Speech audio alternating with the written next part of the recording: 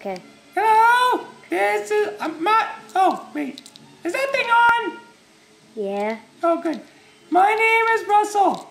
This it's the monkey. I don't know who was talking to us before because it sounded terrible. Hello! Ugh. Marshall! And everybody out there in... where would they be, Marshall?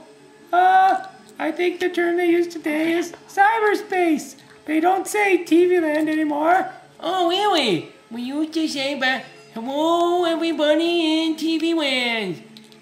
Yes, we did, but now I think it's cyberspace. Whatever that is. Cyberspace? Is that like regular space? Like you can go to the moon on cyberspace? I don't know. We would have to ask somebody really smart, like those genius guys. Maybe they would know. Genius? Who's a genius?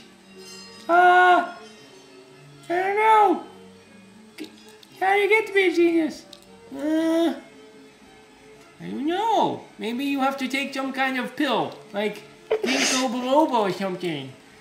Oh yeah. Some of those herbs and stuff. All those people, they're like, makes you smart. Oh, yeah. Well, yeah. I like bananas.